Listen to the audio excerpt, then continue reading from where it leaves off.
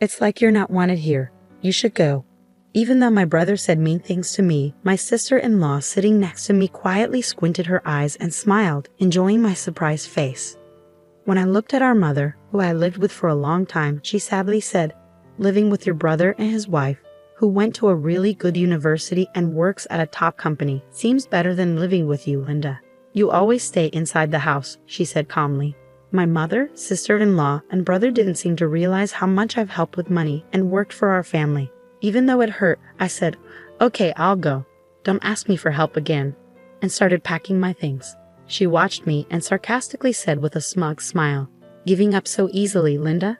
But nobody knows who will have a harder time in the future. Ignoring this could cause problems. My name's Linda, and I've done really well with online businesses. My journey here was unexpected. Back in university, I thought I'd end up with a regular job at a typical company, but something changed everything during my second year. My dad got sick and needed someone to take care of him every day. My mom wasn't great at housework, so we hired caregivers. But they couldn't be there all the time, so my mom had to step in. Sometimes she ignored my dad's needs, telling him to wait. I had to help him out whenever this happened. Seeing this made me worry about the future.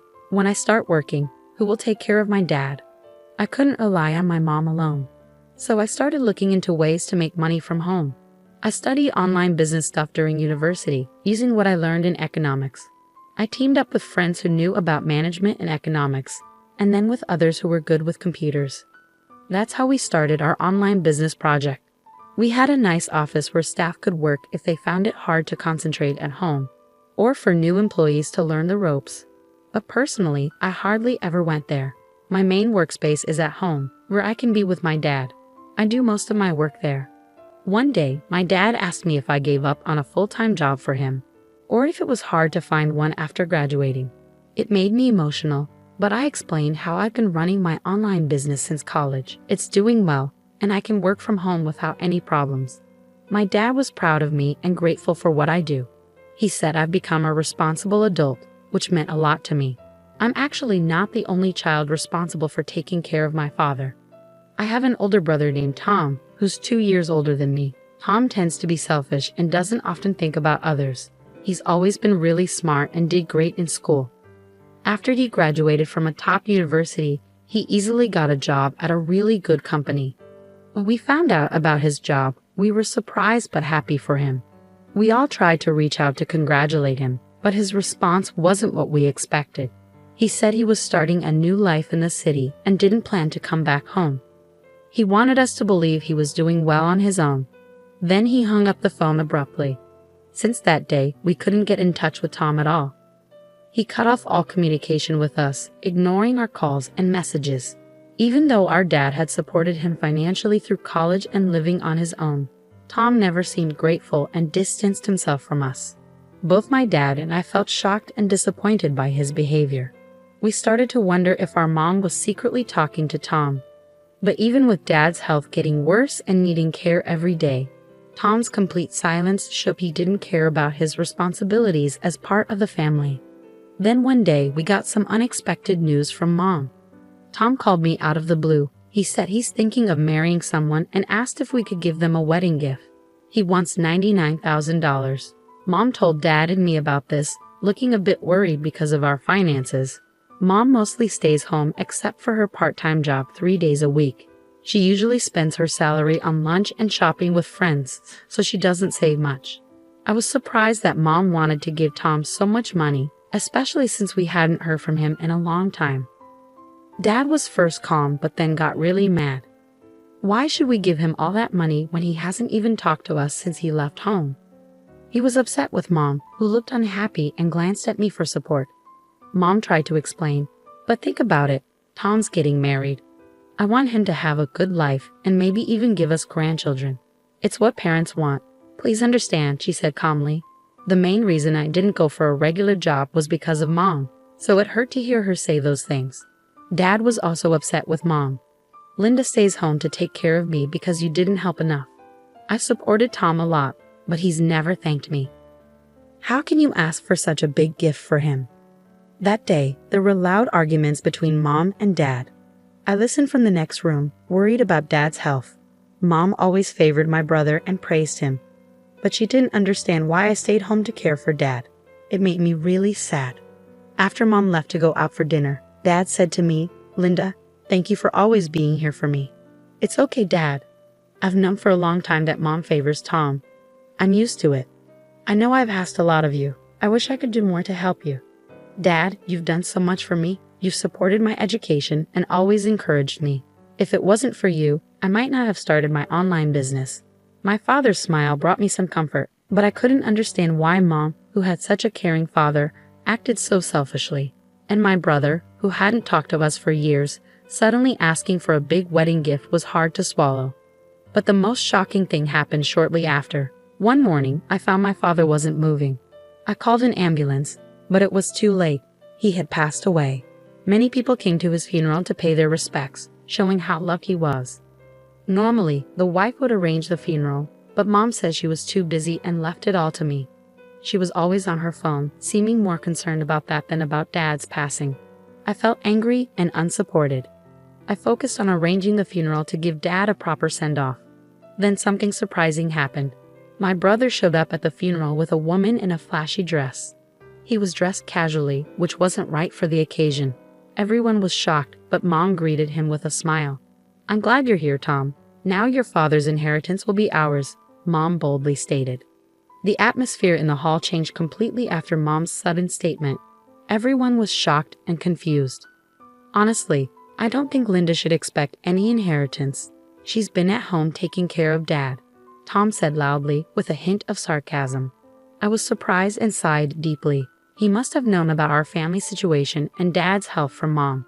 But Mom seemed to ignore the fact that I contributed a lot to our family's finances and whether there was actually any inheritance from Dad, who needed care. Dad used to have a good job, but making such comments at a funeral was disrespectful. The funeral felt gloomy and tense. "Should we leave now, Tom? We'll get the inheritance anyway," Mom said, pulling on his arm. As soon as I saw the woman with my brother, I knew she was his wife. She had a similar vibe to Tom, and I figured she must have a personality like his to marry him. I wished they would leave soon. Surprisingly, even Mom seemed to agree with them. "Shall we go get sushi?" she said, and the three of them left. Other relatives were also surprised. Some spoke out in shock, but I suggested, "Let's stay composed for Dad's sake." I kept my irritation to myself and carried on with the funeral. Returning home, I found a messy dining table with 3 boxes of sushi, likely ordered for delivery. From the living room came the sound of voices and laughter. Mom, Tom, and his wife Jessica were having a good time, drinking. "Hey, you're late, Linda. Can you make some snacks and grab more alcohol?" my brother asked. I was shocked by their insensitivity, especially during Dad's funeral. It seemed they didn't realize their behavior was wrong, even with the shocked looks from other relatives. Mom, who should have corrected them, was joining in their laughter, making me feel justified in staying. I wondered if they would have even bothered with a proper funeral if I wasn't there. So I told them, "There's no inheritance for you." I refused to get more drinks or snacks for them. Tom, now drunk, got upset. "What do you mean, Linda? You've always been at home, causing trouble for Dad. It's only fair we use his assets." Considering that Tom relied on Dad for all his college expenses, I couldn't understand why he felt entitled to Dad's assets. It frustrated me to see him act like he didn't owe Dad anything. "Isn't this house Dad's?" Tom asked. "As the eldest son, it should be mine. Why is Linda, who does nothing all day, living here?" Mom and Tom seemed to agree. The warmth Mom used to have for me was gone. "This house is mine," Tom said firmly. "I want Linda out." His wife didn't seem bothered by this. Mom spoke next. "I feel more comfortable living with my son and his wife, who have done well in life, than with you, Linda." They didn't realize how much I contributed to the house. I felt sad and disappointed. I sighed and decided to speak up. "I'll leave. Please don't ask anything of me anymore." As I packed my things in my room, I heard my sister-in-law mocking me. "She's really poor, don't you think?" They all laughed at me, but I just smiled bitterly to myself. Yes, right now, I might seem like the most miserable one. But there's something they don't know. This house has been legally mine since Dad was alive. He entrusted it to me, even though Mom still lives here and might say she spent most of her life here. Legally, it's mine. However, seeing her cold behavior during Dad's funeral made me think about what to do with the house. I felt tired of our relationship and saw her presence as a burden. Living alone in this big house would be lonely, and maintaining it would be hard, so I decided to sell it. Seeing Mom and my brother's family enjoying my situation without knowing my decision made me feel pity for them. Expecting inheritance from Dad seems ridiculous to me. Before my mom got sick, she had a stable income. But when her health declined, she couldn't work anymore. So she used her savings to hire someone to help her every day. She spent her savings on daily expenses, and even when Dad got sick and needed more care, Mom kept spending like usual, so her savings dwindled. When I realized Dad's savings were gone, I started giving $3,000 each month to help with household expenses. Mom did the housework but wasn't good at managing money. When Mom went shopping, she often bought expensive things impulsively, even if we didn't need them. She didn't pay attention to sales or budgeting. She used the money she earned from her part-time job for her hobbies and fun stuff. She also took more money than needed for daily expenses to enjoy herself. Dad felt bad about it. In the end, the money he saved was spent by Mom.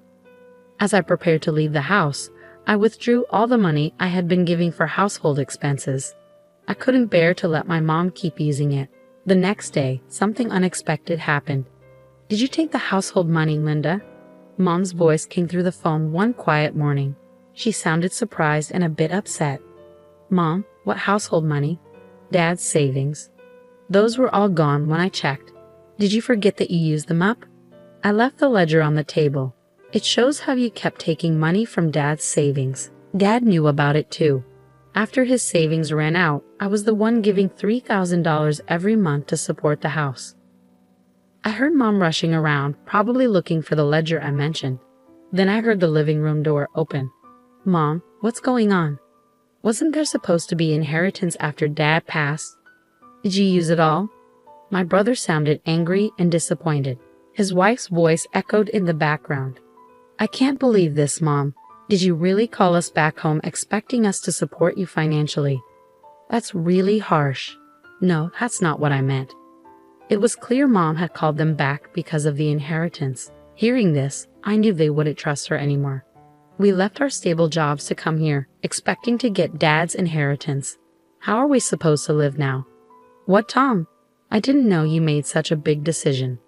This was all news to me too. My brother used to have a good job, but I wasn't really bothered by their decision because it didn't affect me directly.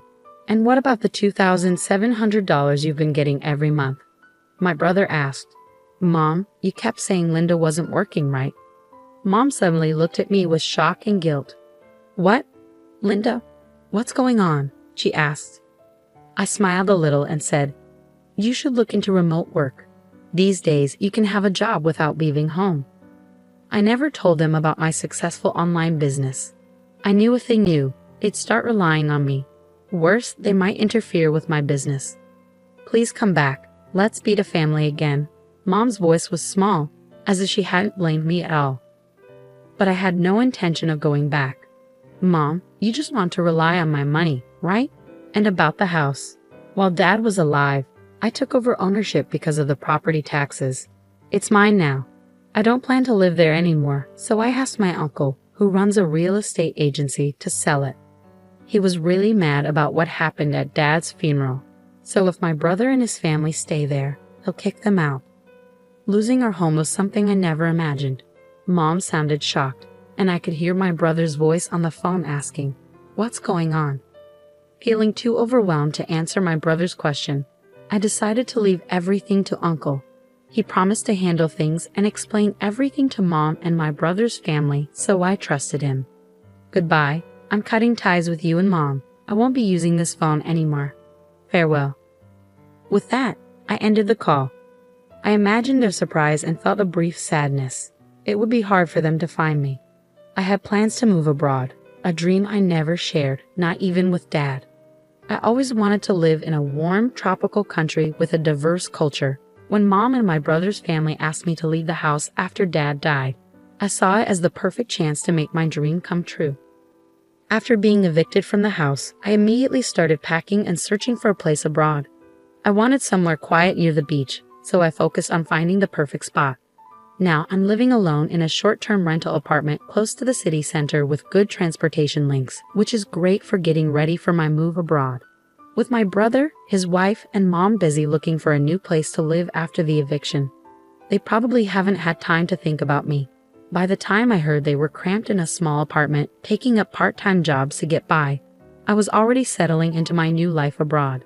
My uncle hired a detective agency to discreetly monitor them. They found out my family was struggling financially, still spending beyond their means and even borrowing money from risky lenders. If things continue like this, they might face even more trouble with debt collectors. I've cut ties with them and avoided getting involved. It's unlikely I'll ever see them again after everything that's happened,